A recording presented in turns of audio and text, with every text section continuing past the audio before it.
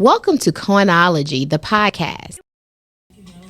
Hey, and welcome to another episode of Coinology, Season 5. And today we have none other than Modupe. Welcome her into the Coinology studio. Thank you so much. Thank you so much, Ebony, for having me here. I'm so excited to talk to you. I'm excited too. You know, we've been trying to make this happen for a minute. Yes. You know what's funny is most of the people I try to get in here, I've been trying to get them in here for a minute. Yeah. You guys are busy. Yeah. So if you weren't busy, then you wouldn't be here, right? So thank you so much for coming in today. Yeah. I remember you and I met a couple of years ago. Yes.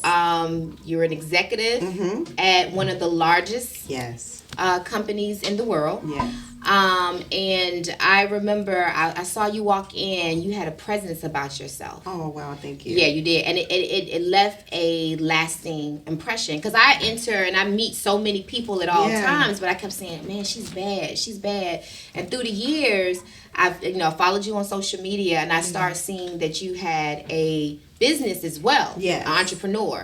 And so then I put two and two together and said, okay, is she still doing that and doing this and so forth? And then I began studying. I'm saying she is amazing, so I had to have you here at Coinology. Well, I thank you so much. And it's funny, I'm sitting here thinking to myself, talk like your real self, Modupe. You're not like corporate. Like when I met you, I was at a corporate event. I was a sponsor there. And so even through this journey, I'm learning to be myself and not be corporate mode.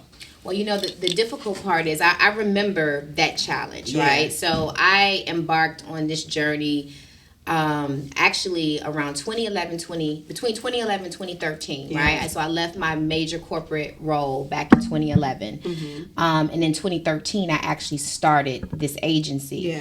But I was doing what I was doing for years prior to stepping out and doing it. But it is a major transition going from a high-level corporate role to being an entrepreneur. And one of the challenges is because what works in corporate does not work in an entrepreneurial space. The deadlines, the tone, the demands, it just doesn't work on the side. It's very different. It's different, Have you been having a lot of challenges with that? You know, it's been an adjustment. One of the biggest adjustments, like I said, was the mindset. And the mindset of, I want this to happen when I want it to happen, and I also can mobilize a team. And what I learned differently is I don't have big corporate dollars behind me as I'm bootstrapping it and funding my business myself.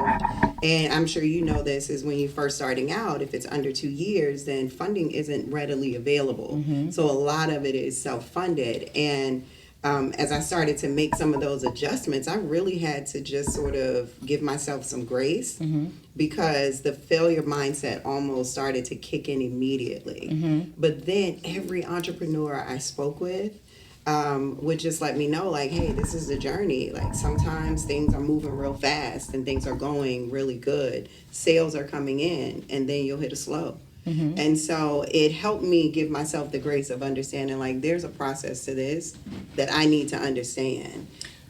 The other part about that, too, Modupe, one of the biggest challenges, because like you said, you had the money of one of the top companies of the world. So you can make those calls.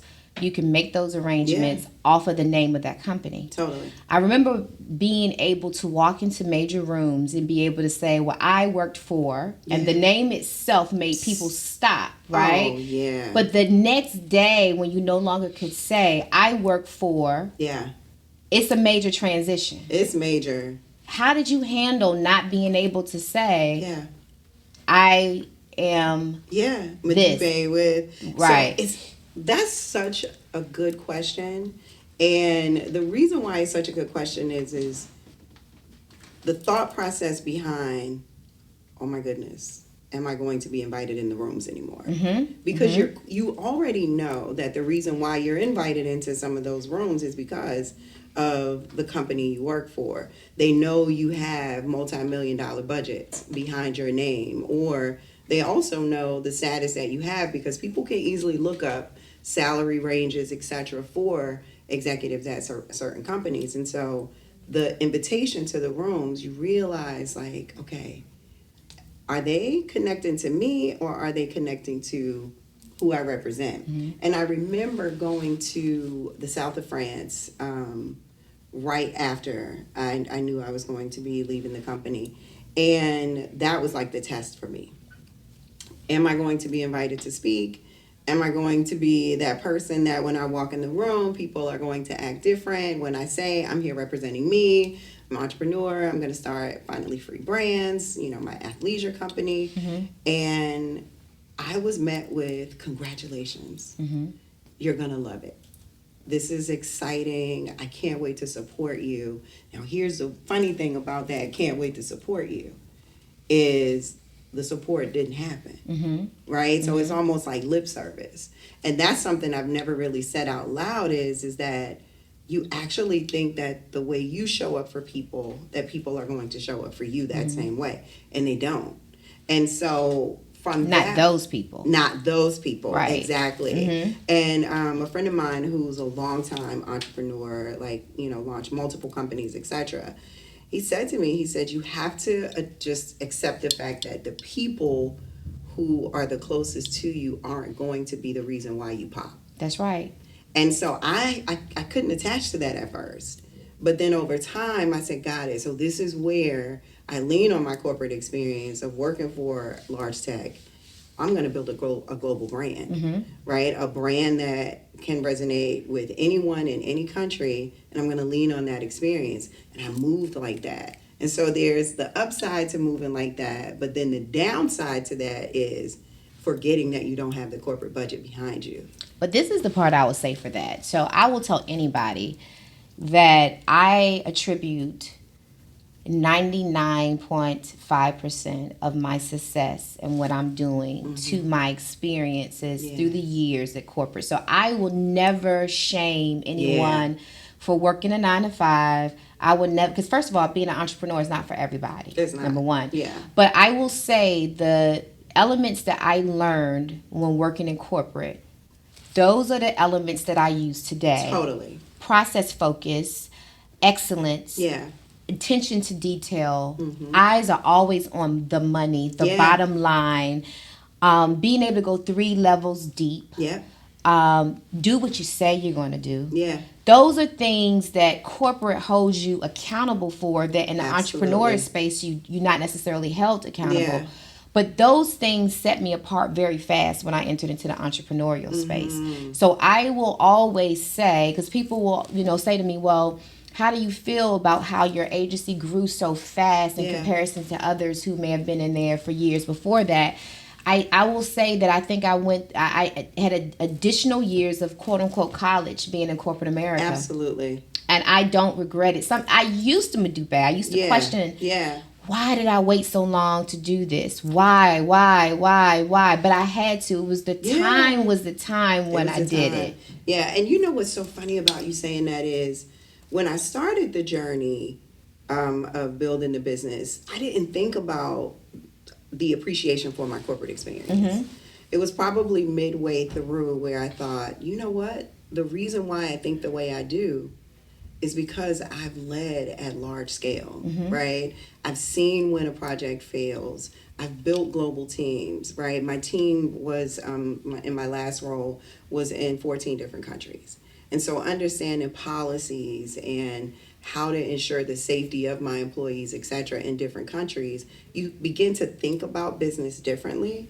And so one day I was just sitting around and I was like, why did I think that I could build this global brand that at some point in my head could rival whether it's the Lululemons and the Aloes, et cetera? It's because that's how I was groomed. Right. I was groomed to think that way. And once I really accepted that, that's when I started to have this just unbelievable appreciation for my corporate background. Yeah, it makes you think big. Totally. Everything's big. I always tell people, please don't call me a Atlanta publicist. I am located in Atlanta, exactly. But I service clients all over the world. Right. Everything that I do is global. Totally. I always think about global. Yes. And again, that goes from that. So I think it gave us a lot of bravado. But once that day comes when that name is not behind you anymore, it's important. This is what I did. The moment that name was no longer behind me and quote unquote the phone calls stopped. Yeah. I told myself I was going to work so hard that the name that I built for myself would be just as powerful as the company that I left. That's what I'm talking about. And I did not focus on it. I didn't do a lot of woe is me. Yeah. I didn't get angry at those because Right. I had to understand. Yeah. They're working a job too. Exactly. And their job no longer has a value in Ebony outside of being at that corporation. Exactly. But what happened, Modupe, was so funny.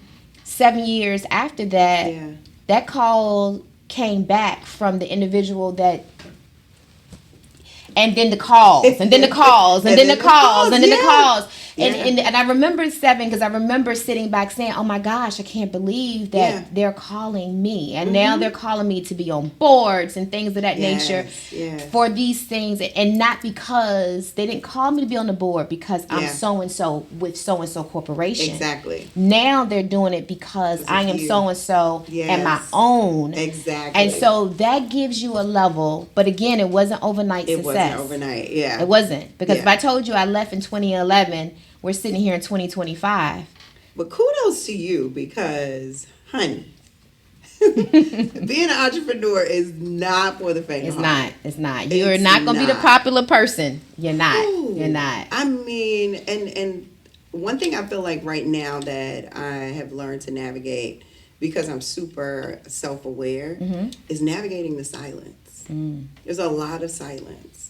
And whether it's the silence in, the calendar isn't as full as it used to be, right? Yet. And so exactly. Come on. Yet. But I also had to detach from a certain mindset of being in corporate, even as it pertained to me being an executive in corporate. A lot of your value is tied to how big your role is. That's right. It's tied to how big your team is. Do you have your budget, a P&L? Exactly. Are you someone that everyone in the company, when they are trying to get a mentor, they're reaching out to you? And so I had to realize that those were the things that the value I had already delivered in that space. But it's also mine, so I take it with me wherever I go. But having to just detach from this thing of that my value is not tied to busyness. That's right. That part was something where, even like I said, a sadness for a second. And I said, wait a minute. Half of those meetings, sitting in 14, 30-minute meetings a day, the productivity came in probably 2. That's right. Right? The value was probably in 1 of them. And the rest of them was just a meeting to have a meeting. So it's like, so now I actually get to be a human being and be a mom and be present and really focus on me. Because at the end of the day, when all of this is done, you're left with yourself. Let me ask you this. Was it always expected, Modupe, that you would be an executive in a corporate environment? Like, did you come from a family that was always well established and, so forth? It's so funny because when I think about, where did I get, whether it's the resiliency or this determination to be successful, I don't know where I got it from because growing up, we, probably middle class, my dad actually owned 2 radio stations and a newspaper.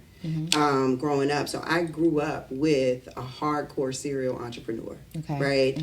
And whether it was going with my dad to different events and things like that, but when you're so close to it, you don't necessarily appreciate it. And he never put that pressure on us. He would say things like, I want you to take over the business, I want you to do this.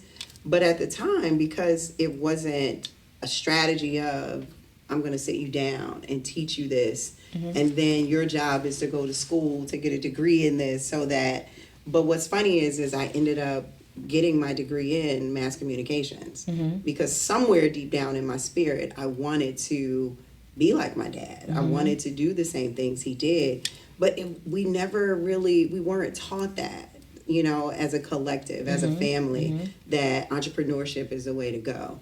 When I started working in corporate, and I'm sure this probably came because my dad's experience of being an entrepreneur was so hard, and him feeling like he always had to underbid himself on different contracts, etc. When I started working for the first tech company he was like, stay there. Stay there. Steady money, steady paycheck, stay there. Do you think he said that too because you were a daughter? You were a woman? I think so. I think he said that because I think it was the struggle of being an entrepreneur. Now, mind you, we never went without. You know, I think about how he did a lot of bartering, right? Like with his relationships in the community. So we might get shoes from the consignment store or whatever, but who knew? Like And I'll say, you know what's funny is, so my father he worked for the shipyard, so he always had a 9 to 5 or probably a 5 to 5, like you know, but he also built houses, and so my father always had an entrepreneurial bone in him as well. But he had to work a 5 to 5 to make sure his family didn't go without. So when I ventured into entrepreneurship, he said, go for it. And I was afraid, Modupe, because my parents sacrificed so much for me.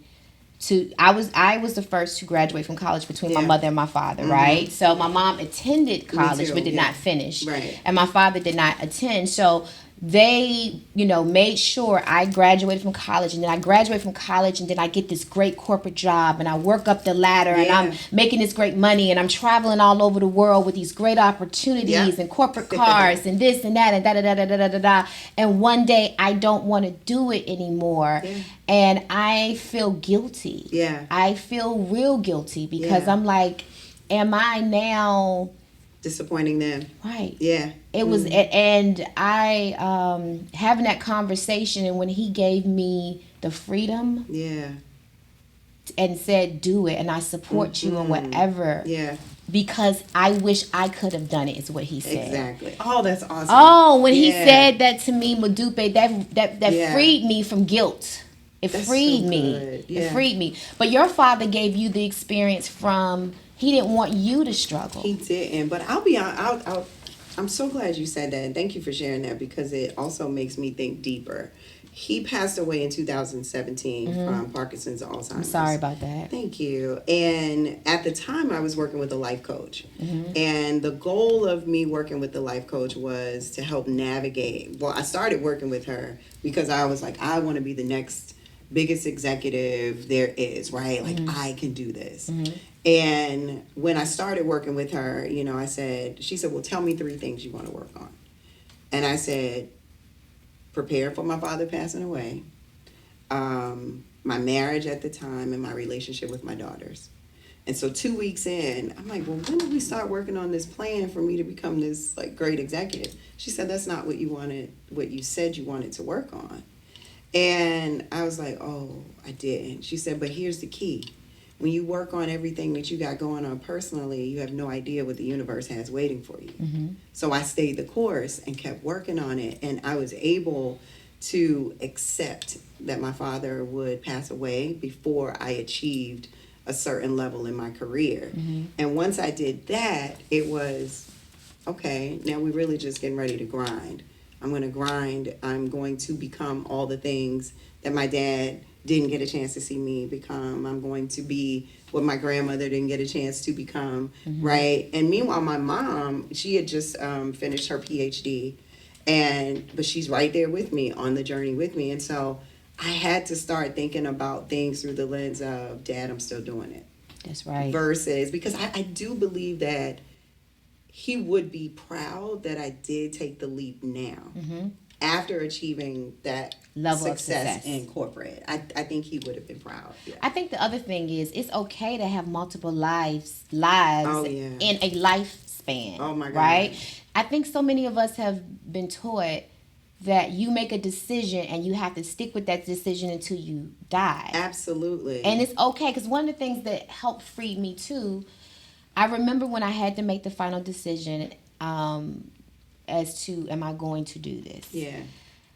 And I was afraid, because again, you got the check every 2 weeks, you got your benefits, you got the title, you got the, you know, everything, the lifestyle, the this and that. And again, to be able to say, I'm so-and-so, right? I'm so-and-so. And I remember saying to myself, you know what, Ebony? dedicate a year. Yeah. Put your head down, cut off all the noise. Mm-hmm. And cutting off all the noise, man, I had to cut off, and we can talk about this in a minute, a lot of very close friends of mine. Yeah. And I'll share that with you in a minute. But dedicate a full year. Yeah. And if it doesn't work, Mm-hmm. you can always find another job. Yeah. Yeah. It's another job out there. That's There's another job. That's what everyone would say to me. A friend of mine, she creates these beautiful custom quilts. Very dear friend of mine, Kim Alexis Newton, and she said, "Look, if it doesn't work, you can go back and get a job. Mm-hmm. You can go back to corporate." Mm-hmm. And I said, "You know what? Got it. Okay, that's how I look at it." But I think the mindset, corporate does a good job of playing on your psyche a bit. Oh, yeah. I know the corporation that I was at, they told me there was nothing any better or greater. It was an honor to not be appreciative. Yeah. You should be, and to walk away from this, you are crazy. I remember hearing conversations where people would say, or everybody who leaves here, they fail. They fail, and they always try to come back. Oh, wow. Yeah, this is what the mindset was. Yeah. That was it was a conditioning. Exactly. It was a conditioning. Exactly. And that's one of the reasons why when I did leave Modupe, one of the hardest things is that, when you are working, because I worked at this corporation for over 13 years, right? And I remember during that time, you end up making friends that become like family because you guys are going to lunch together. Your, child's birthdays and baby showers. And in order for me to survive making this change, I end up having to cut off the relationships. Wow. You just spoke. It was hard for me. Now, that's a topic I've never talked about. That was hard, and this was the reason why I did it, because many people didn't understand. I never had a fallout. Yeah. I never had any bad will. Yeah. I did it because I had to save myself. Yes. I had to do it because I knew that they loved me as much as I loved them. Yeah. And I knew that every time I talked to them on the phone, they're going to say, "Girl, are you sure? They got this director role over here. Yeah. Are you sure? They got this VP role over here. Yeah. Girl, let that come back." And they're not saying it out of hate. Yeah. They truly loved me. Yeah. But it was deterring me from my destiny. Yeah. Oh, I love that. It was painful, Modupe, to do it. I actually mourn that quite a bit, even being nervous to be in spaces where I might run into people, because I'll tell you, and we all see what's happening with the diversity industry right now, and I led diversity for about 8 years at 2 big tech companies, and with the fallout, one of my role was eliminated. And it was eliminated, but I had the option to do something else within the company or what have you. And that piece of the relationships that, like you said, you talk to these people every day. You start your day on the phone with these individuals. Your last meeting might not end until 9 p.m. You're jumping on the call to debrief and let's talk about it. What are we going to do? And you build amazing things with these people. I had to cut those relationships off, not because of them, but to your point, for me, because I went through this period of sadness where I felt like, how do you look at people and you feel like they were bystanders? Bystanders to whether it was your experience or bystanders to what feels like something that just didn't feel fair. And so as I worked through that with my therapist and everything, you realize that people have to put their mask on first. That's right. Right? They have their families that they have to, take care of. They've got their own benefits and they've got their, what they're building, that they can't sacrifice themselves for you. That's right. And so that self-preservation, I had to go through this thing of saying, I get it. That was probably a very hard time for me too. Someone that I remember being in corporate and going through one of the biggest betrayals of my life. Yeah. And speak on it. It was hard for me. It was real hard. And it took me years to forgive. Yeah. But I got to a point where I understood like you said, you have to put your mask on. Yeah. You first. Yeah. And that's what she had to do. That's what she had to do. She had to do that. Mm-hmm. And one of the things I'll tell you, corporate is a dog-eat-dog world. Baby. And they do it. But this is the thing. So being one of the few. Yeah. Yeah, one of the few, making it to that level, and then walking away. Yeah. It's hard. It's hard. It's extremely hard. And then from the DEI perspective. Yeah. Right? Because right now, that whole word is considered a bad word. You can't even really say it. And if you say it, it's shunned. Yeah. And I remember at one point, DEI, you saying the word was a word that you wanted to say. Yeah, because you were proud of it. But towards the end, it became... So I'm working with one of the most prolific civil rights icons of our time. Yeah. I'm very proud to be working. Dr. Jamal Harrison Bryant is one of my clients. Mm-hmm. And I am working with him on a strategy and things of that nature around this, one of the most prolific boycotts of our lifetime, which is the Target boycott. Yes. So I'm sure you're familiar with that. Yes. I've seen comments and feedback from lots of people. Mm-hmm. A lot of people feel as if DEI didn't impact us. What is DEI and what does it really mean as it relates to us? Yeah, and you know what's interesting is when you are in corporate, you make the assumption that people outside of corporate know what DEI is. Stop for 1 second. We gotta do that again.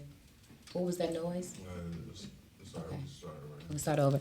So what exactly is DEI? Yeah, so I'll simplify the words of DEI and then explore a bit deeper about what it is and what it means to people inside and outside of corporate. Okay. And diversity is all about representation. So when you see companies setting goals about, like, we're going to hire X number of women, you know, black women, black men, Latino, LGBTQIA+, veterans initiatives, etc. That's the one pause I'll say is that people make assumption that it's only about black people. Mm-hmm. Or women. Mm-hmm. But if there is any level of an intersectional identity, it involves diversity, right? Mm-hmm. And so then you think about equity. Equity is about fairness. We look at the programs that are in place. Okay, well, 80% of black people aren't making it into certain colleges. So then programs are created so that they are able to assess whether it's differently or expand how they look at those different applications. And then you've got, so that's diversity, equity, and inclusion. Mm-hmm. Inclusion is belonging, right? So when I say belonging, it's really about creating space where people feel seen and heard in spaces. Now, the interesting piece about that is it's also grounded in this fundamental of respect. I don't have to agree with you, but I owe you the respect to be careful about what I say to you, to be intentional about what I'm building, so that whether it's a product, a service, or a culture, I want to make sure that my customers, my partners, my employees, everyone feels seen and valued and respected. And so when you think about if it impacts us, it does impact us. We see right now the fallout of what's happening with them pulling DEI initiatives. If you are a black-owned business or a women-owned business, some people are doing things like removing the word of focusing on culture, inclusive experiences from their bios, from their resumes, everything, because they will just not do business with you simply because you are a woman, simply because you're black. Mind you, you can have a business that can serve everyone. But let me ask you this. Mm-hmm. So some people will say that it's discriminatory practices if you say, I have a business that focuses on black women or focus on women. Is that actually discriminatory practices? I think it's perspective. I think it's discriminatory if you don't care about equity, right? Mm-hmm. Because the equity is, it hasn't been fair. Well, did you see the situation that happened with the Fearless Fund? I did. Mm-hmm. So was that considered? Of course, she won. Yeah. On the back end, and she should have. But they said that she was practicing discriminatory measures. No. There are so many programs, and I'm on the board of an organization that focuses on the advancement and development of women-owned founders, right? Called Digital Undivided. And the unfortunate piece is the studies show that we don't receive funding at the same rate as whether it's a white male, owned venture or what have you. And so in order to create that balance, you have to have funds like the Fearless Fund, other, ventures, etc., that will focus on, I am here to ensure that I'm helping bridge the gap for these diverse businesses. It's just that certain people, certain organizations, it's almost like they're filtering through a list. Well, let me ask you this. So, some of the companies that were in Target are in Target, because there's a huge divide right now in our community. You have those who are boycotting, and then you have those who feel as if we're stopping great companies from making money by not going into Target, because Target was a large distribution area for minority companies. The question I have is, when Target got rid of their program, they primarily were saying that those companies that they were discontinuing their contracts with were not profitable. They said they just weren't making, and they were being forced to give them space on the counter, but they weren't selling. The question is that fair to a corporation? A corporation is in business to make money. Right? So how does DEI play in ensuring that while I'm offering equitable opportunities, I'm still making money? I do think it's perspective. I understand both sides. I understand that, of course, the bottom line is you have to show that you're in the green, and these companies have to show that they're in the green. But when you begin to go underneath, is it completely doing away with the totality of the program, or is it certain companies maybe we need to scale back our support for? And those companies that are actually doing well, let's add a little bit more to them, and then they become the case study for why you invest more, like a Target should invest more in a brand that has the traction, that has the customer loyalty. Let's invest there so that they can continue to succeed and have the transition of being able to be pulled out of a program. It's one thing to come in a program as, you joined you were accepted at a school because you were a part of, some special gifted program for young Black and gifted, right? You start out that way. But then at some point it should transition into where you are a gifted individual that happens to be Black. So now if they put the fire and the manpower behind those companies that actually are doing well, have all the things, check all the boxes, now transition them out of the program and ensure that they can sustain themselves on their own. It's not, I just think it shouldn't be like a blanket that says, 30% of the companies aren't actually succeeding. And it's really because they need to tweak the model some. I'll tell you this, it's also the opportunity of leveraging what's happening in the environment, right? Oh my goodness, we know that, this administration is coming 2 years from now. Because this started years ago.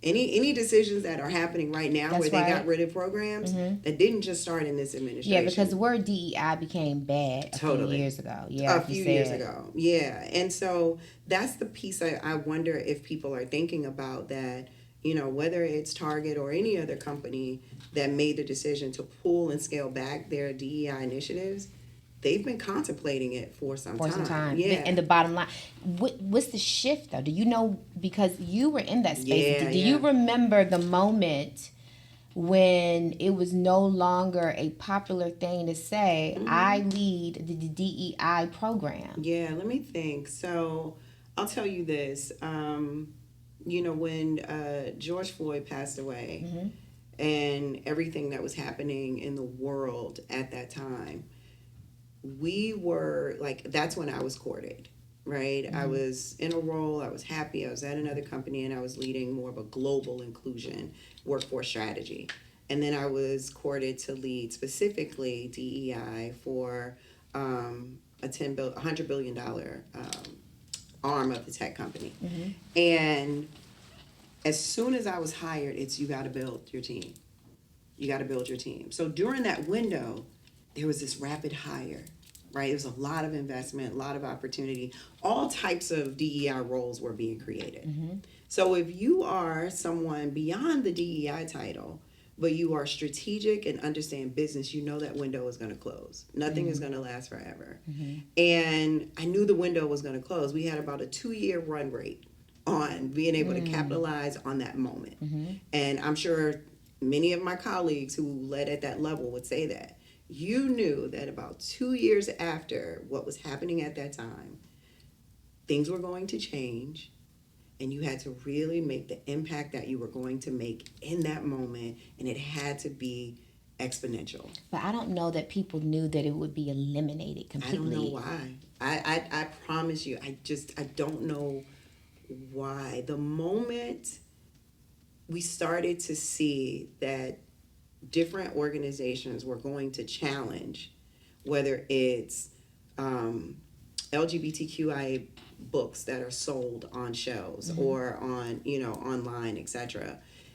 The moment you start to see those types of rumblings, pay attention. Because that lets you know we're starting here, we're coming over here next. Right? And so that's what I think, that's the piece that a lot of people just said, oh, well, it hasn't happened to us yet. But meanwhile, I knew it was coming. So you think this is bigger than just the administration? Oh, 100%. Okay. 100%. It's bigger than the administration. There's so many elements of DEI work that isn't just about the heartfelt, right, piece of it, but it's the head, the heart, and the hands. There's the data. What does the data and the anecdotes inform us of what do we need to do, right? Like, this is where you start to think about, I know happy employees work harder. They work smarter. They stay with the companies longer. Is that important? Okay, so now let's create initiatives so that we have happy employees. I know my customers love the experience I give them if I have a high touch model, or what's working with my customers. 9 times out of 10, if you continue to dive into it, what works is creating spaces where customers and employees, etc., they feel good about working with you, right? Character, integrity. And, it's unfortunate, but you just can't keep pouring dollars. Even when we saw the endowments. Remember when all of the HBCUs were receiving millions and millions of dollars? It's performative. You can't continue to support that. You can't sustain that. Because the other thing, too, is something that people don't realize, and this goes back to your question earlier about, should a Target keep a company that's not actually performing? If they allow those companies to stay around without performing, then they are being performative. That's right. Right? That's They're right. not truly setting the companies up for sustainable success. But what they're doing is saying, well, we checked the box. We invested in, that community, and here's how. A lot of the investments that were made on the back end, no one was asked to quantify the results of those investments. So when you're now sitting and you're looking at 3 years of investments of multi-millions of dollars of DEI initiatives, the impact, because no one was asked to quantify, no one actually proactively said, here's what we need to see. And then at the end of the year, you measure it. We were able to create those types of models before I left, where it's not just about saying we're going to give and we're going to sponsor and we're going to do this. But no, we actually measured the success. So and through the accountability and the measurements, did you see the eventual termination of the role coming? Could you see from watching the numbers that it was on its way? Or was it a complete surprise? The part that was the surprise was, when you believe you're doing good work and you're making a difference and you truly model yourself in what's called inspirational leadership. That's my leadership style, inspirational leadership. But culturally, did I see it coming? Yes. I saw that coming, but I also was optimistic and hopeful. But there were a few bad actors in, the role, the type of role that I had. When you're in roles, I think this actually applies to any industry. If you are in a highly visible role and someone at another company does something in that same type of role that has a low bar for how they function, they're doing work that doesn't have any integrity, now every big company is starting to say, wow, we need to pay attention to our type of functions that we have. And whether you're not functioning in that way at all, but then the risk and the fear starts to take over, and now everything is in question. And so when a few bad actors from a few other companies hit the media and they were going through whatever they were going through, that's when I knew a lot of changes where things were going to be scaled back. But also one of the things we started to see was just, let's remove the name of DEI. Well, that's what I was about to ask next. Yeah. So my question was, are many of these companies just renaming Oh, yeah. what DEI is? Yeah. And I actually think it's a good thing, to be honest with you. Okay. One of the companies I worked at, I was there for 15 years. They did it a long time ago. It was not called DEI. It was called Inclusion and Collaboration. Mm-hmm. And what it was the perfect intersection of inclusion and technology. Because it's a technology company, what they create and build are collaboration tools. Mm-hmm. And so how do you look at this function and instantly think about the collaboration that happens through the technology, through the company, through the other platforms that the company created? I've never heard them reducing the size of their organization, scaling back their work. They mastered the model early. Mm-hmm. And so these companies that have DEIB, right, or DEI or DIEB, whatever it is, I knew it was going to be something where, why do you need to call it out in that way? Mm-hmm. Build it into the fabric of the company. Mm-hmm. Even if the function is within the organization, call it something that resonates with other companies, because here's the other thing. You leave the company, you are in a diversity role, and if the company hasn't made a significant investment in diversity, now you're trying to figure out, how do I articulate the transferable skills that I have to this company that doesn't even do this work? Right. Because that's one of the things that I did notice in corporate. It always seemed as if when they did have leaders, corporate leaders, corporate executives, they always had us in the DEI space. Oh my goodness, yes. Right? Yeah. And it's probably the most diverse function in any company. Right. Yeah. But how do you feel about that though? Why do they feel like that's where we have to go? Yeah.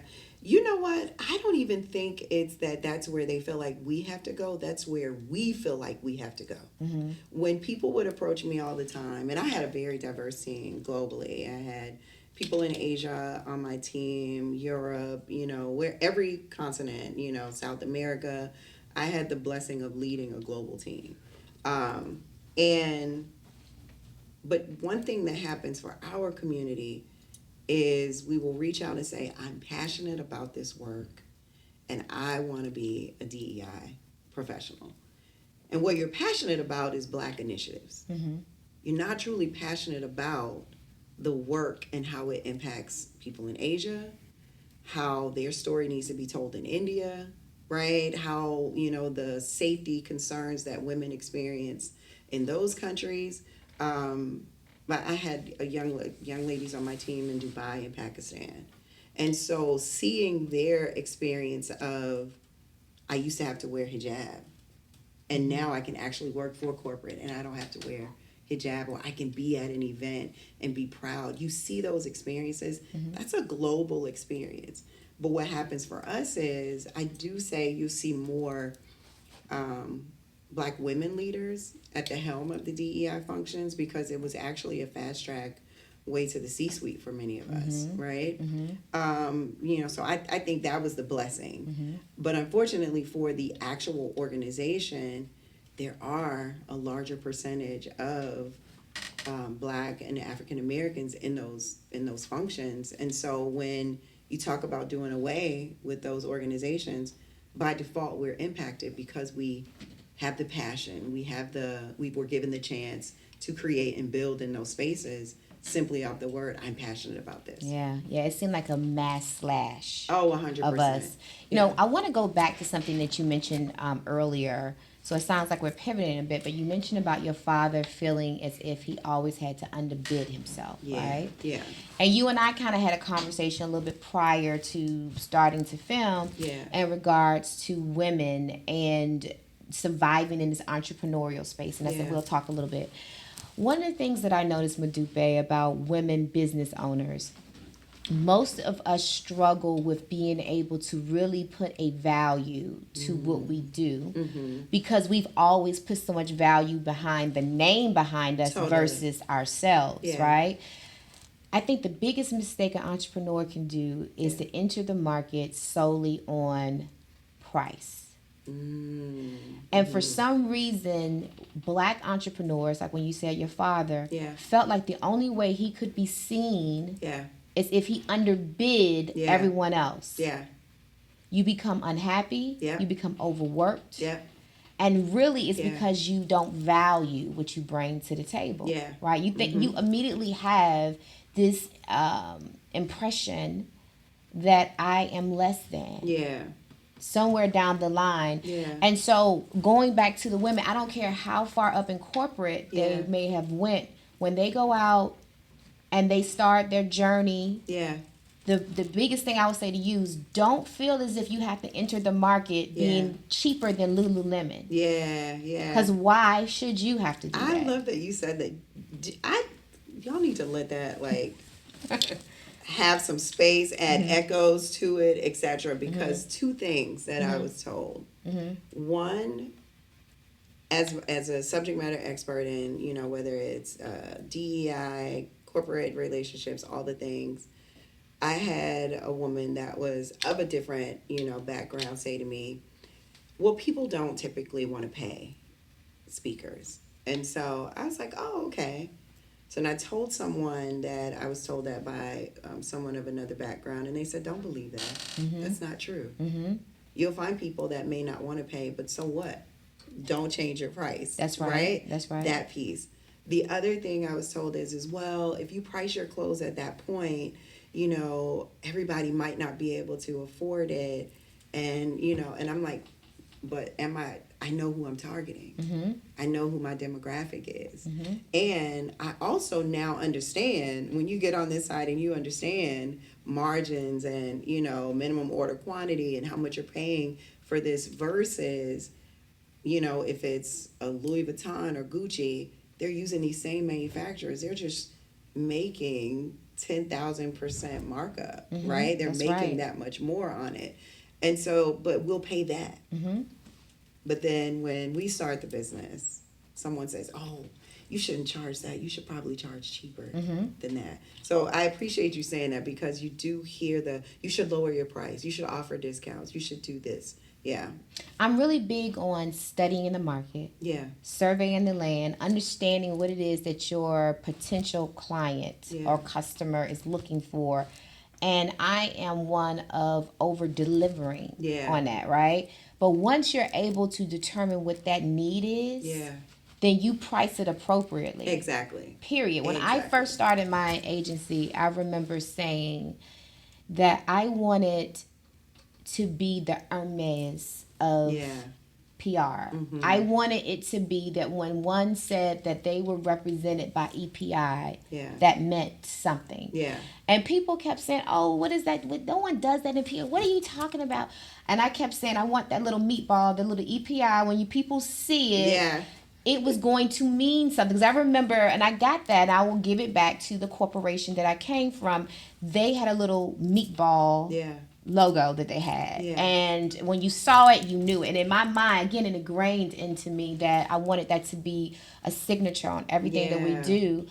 And it meant something. And I worked and worked and worked. And people kept saying, I turned this client down. I wouldn't work there. I wouldn't accept this. And, many people say, oh, how can you do that as an entrepreneur? But if you don't set the standards early on, you're going to be in a spaghetti mess. So how you enter the market is how you end up staying in the market. You can't come in as a Walmart brand and then Yes. think you're going to be Nordstrom's next week. Right. You can't do that. And I think we always feel like we have to be the Walmart brand. And no offense to Walmart, but you understand what I'm saying. Absolutely. It is nothing wrong with saying, I am going to. And that's another reason why I had to cut out, again, when we talked about the relationships. Because in their minds, they're saying, are you crazy? Yeah. Because they didn't understand what I saw. Exactly. I saw it. And I also, when you have these dreams and aspirations, many times you're the only one who can actually understand it. Totally. Understand it. So I just wanted to make sure, because I think that was an important part that I wanted to share, especially to other women entrepreneurs. Yeah, I really appreciate you saying that, because sometimes the noise does get loud, especially when the sales are slow. And you begin to think to yourself, okay, should I cut my pricing? Should I do this? Should I? And a sister I met here, a friend of mine, Yolanda White, she owns J.O., that brand. And she said, no, I stay true to my vision. That's it. I stay true to and that's what I had to have this conversation with my daughters. I said, no, I have a vision. I started out with the vision. And I'm like, I can pivot at some point and do different things, or even diversify what I offer. But I can't deviate from this dream and this vision that I started this journey with. Then I feel like I'm giving up on me. That's important. Yeah. That's important. Like, I don't believe in offering sales. Right. I'm not the organization that I've created isn't one that sign up today. We are offering 50% off. That's just not, and I'm no shade to anyone else. Absolutely, it's not consistent with the brand. That's and I think model. Yeah. You have to understand what your brand is, and you have to stay consistent to it. You got to stay consistent. Yeah. So what's next for you? Well, what's next for me is this is actually one of my dresses. I love it. Thank you. I'm so excited. And so I just recently, about earlier this year, launched Finally Free Brands. Okay. Which is a luxury athleisure collection. But in addition to that, I also just wrote my first self-care guide. Okay. And what's so beautiful about this conversation that we're having is, coming out of corporate, I was almost forced into this space of healing from what I felt like I was sinking into a depression, because I tied so much of my existence and my importance to your identity, to that work. And so it's called the Freedom Framework: own it, accept it, reframe it, and celebrate it. And so I'm excited about being able to deliver this as a workshop. Also the guide, you can buy it on my website, and just continuing to do amazing things. I'll continue to release clothing. One of the things that's super important to me about Finally Free is that it's a movement, and it's all about celebrating our journey to freedom, however you define what freedom is. Even in this conversation, we've talked about having to release something or having to move past something. And there's a certain freedom in that. And so the mission of Finally Free is to not only acknowledge it, but to celebrate it. And so my website is Finally Free Brands. And I'm also available to consult and speak anywhere near you. And you know what I love about the Finally Free is that no matter where you are in your journey, you have to celebrate. Yes. That's the part you have to learn to celebrate throughout the process. Yes. And continue to go and you got to do it. Yeah. Well, I am so appreciative that you came out today. This was such an amazing conversation. Thank First you. off, let me just say this is the Hermes. All the things. This agency is absolutely fabulous. It's beautiful. Such an experience. And just thank you for having me. And thank you. And we'll see you next time on Coinology. Can't keep a little model hands off me. Both in the club, high singing on P. And I wish I never met her at all. It gets better, ordered another round. It's about to go down. Got 6 model chicks, 6 bottles of Chris. 4 Belvedere's, got weed everywhere. What do you say? Leave you in your Chloe glasses. Go somewhere private where we can discuss. You think my hair got longer for real?